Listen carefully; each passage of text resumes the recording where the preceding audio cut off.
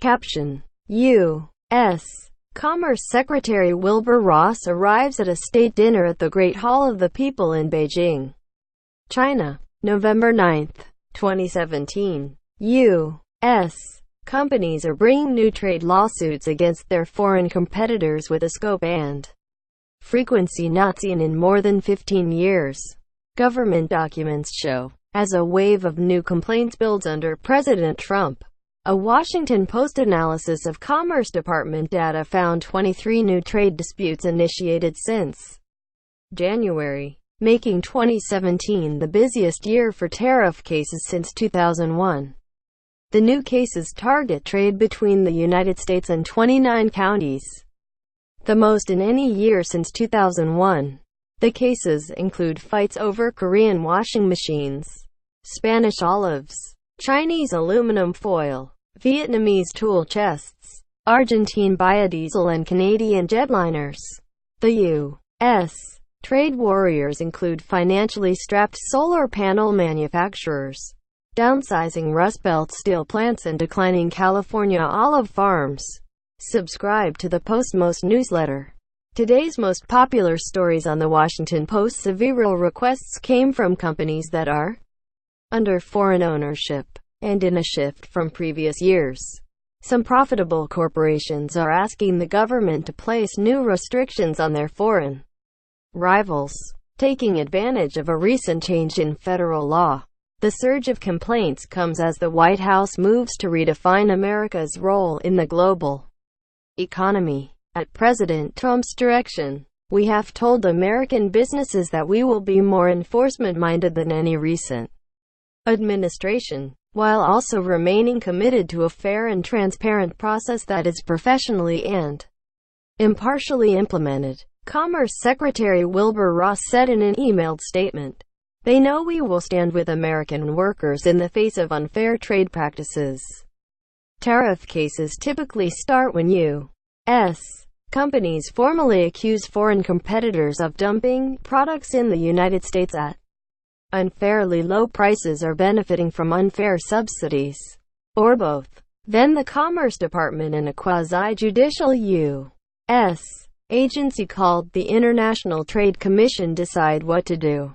Ross has said he wants the government to bring more cases on its own, something that could let companies save on legal expenses. The Commerce Department took its first step in that direction in a November tariff action against sheet metal distributors in China, the first government-initiated action since 1985. The Washington Post's count of 23 new disputes in 2017 is based on the number of petitioners bringing new tariffs. If, for example, a single U.S. company asks for tariffs on products from 10 countries, the Post treated it as a single new dispute even though such an action would spur 10 Commerce Department investigations. When calculated based on the number of new investigations, as the Commerce Department tends to represent the trend in its news releases, there were 79 new investigations in 2017, reflecting a massive 65% jump over the previous year and a 16-year high. Since most of the new cases are just beginning to work their way through the government's deliberative process, it is too early to tell whether they will ultimately succeed. Some companies are pushing for price quotas, which forbid foreign firms from selling below a given price. And in 2 cases this year, 3 companies have invoked a powerful and seldom used U.S. trade lever called the safeguard provision, which imposes blanket taxes on products regardless of the country of origin. Such cases are unique in that they require a direct sign-off from the president. Before Trump took office, no company had asked to be safeguarded in this way since 2001. The fact that we have already seen 2 of these cases in 2017 should be a clear signal that corporate America thinks the Trump administration is going to grant it protection, said Chad Bone, a fellow at the Peterson Institute for International Economics, a research and policy organization focused on global trade. The Trump administration is preparing to rule on both cases early next year. The U.S. Companies seeking tougher import duties argue that trade restrictions are needed to level the economic playing field and sustain American jobs, and have little to do with politics or Trump. For instance, a Washington state paper company known as North Pacific Paper, called NORPAC, is accusing Canadian competitors of flooding the U.S. market with less expensive product. As a result, NORPAC, which sells paper for newspapers and other industries, said it has been forced to trim its staff from about 450 to 350 employees in the past year. Meanwhile, two family-owned olive farm conglomerates, Bell Carter Foods and Musco Family Olive, are asking the Commerce Department to counteract Spanish olive farmers that they say are propped up by an elaborate system of farm subsidies there. A coalition of U.S. biodiesel manufacturers claims rivals in Indonesia and Argentina are selling their product in the United States at unfairly low prices. It says the Argentine government also is giving tax breaks to exporters, to unfairly subsidizing the industry. Two companies asking for blanket safeguard protection: Georgia-based Sunnyva and Oregon-based Solar World USA are solar panel manufacturers that make photovoltaic cells, the tiny chips that convert solar energy into usable power. Over the past few years, they claim a flood of less expensive components from Chinese solar manufacturers have put them at a disadvantage. The two firms have since filed for bankruptcy and have laid off thousands. Their claim, however, does not have the backing of others in their industry. The trade group Solar Energy Industries Association opposes the tariff, which it argues will cause 88,000 jobs to be lost elsewhere in the industry. The International Trade Commission ruled in Solar World's and Sunnyva's favor in October, but the two companies said the duties it recommended are too small. Others seeking tariffs are not suffering nearly as badly.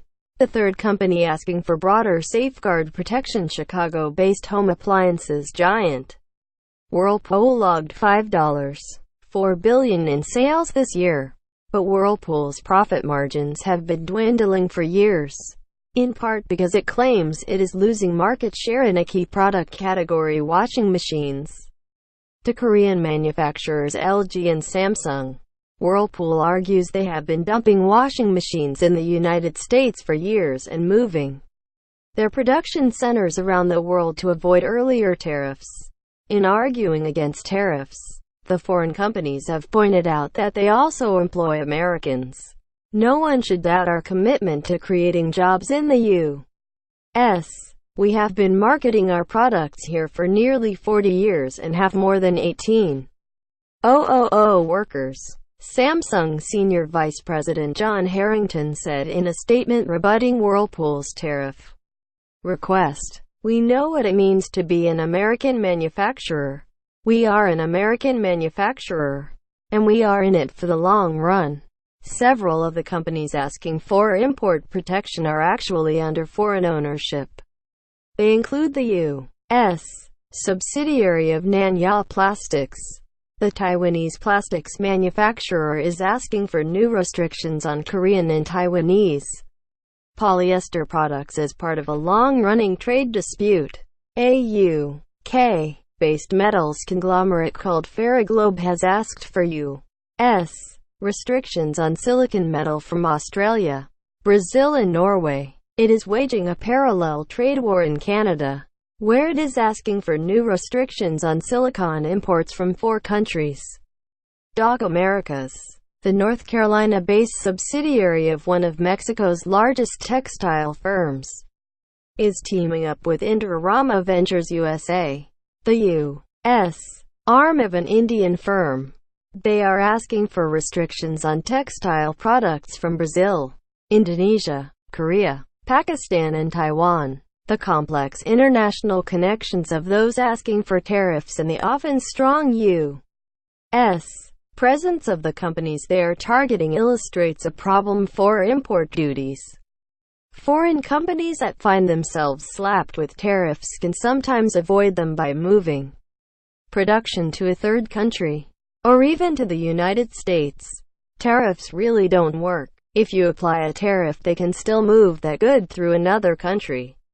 Barry Zeckelman, chief executive of Illinois-based steel pipe manufacturer Zeckelman Industries, told the cable channel CNBC earlier this summer.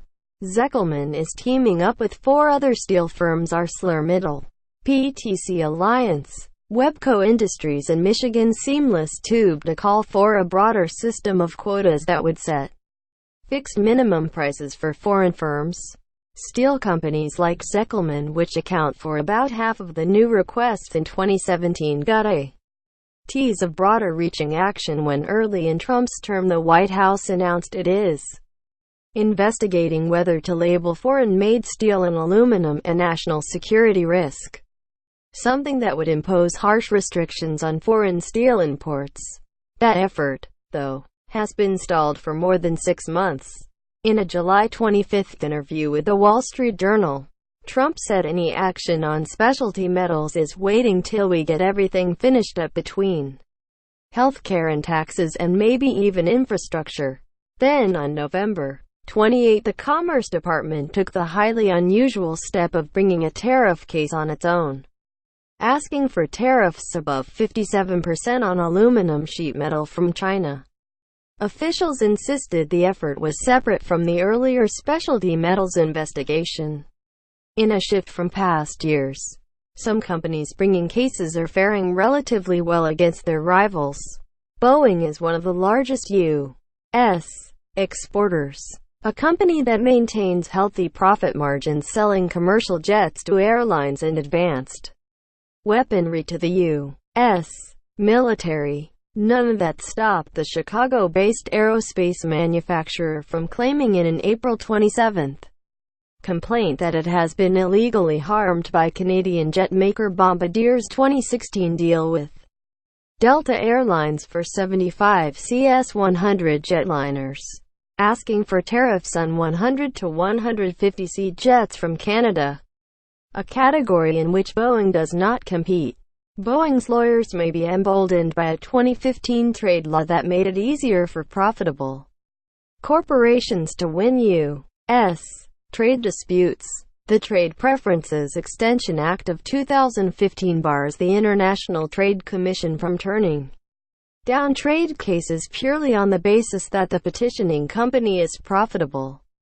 The Commerce Department surprised the aerospace industry in September when it ruled in Boeing's favor, proposing a massive 300% import duty that would make U.S. sales untenable for Bombardier. But Bombardier may have already found a way to avoid the new fee. The company recently agreed to sell the rights to the CS-100 to Airbus, a French manufacturer that is Boeing's primary competitor in the commercial jet market. And the announcement came with the twist. Future production of the C-Series aircraft would be shifted from Canada to Alabama, where Airbus already operates a production facility.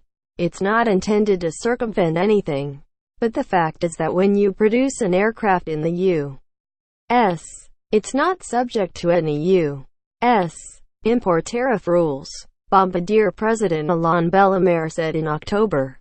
Commerce Secretary Wilbur Ross speaks to the media during the daily White House press briefing. April 25. They know we will stand with American workers in the face of unfair trade practices, he said of U.S. companies.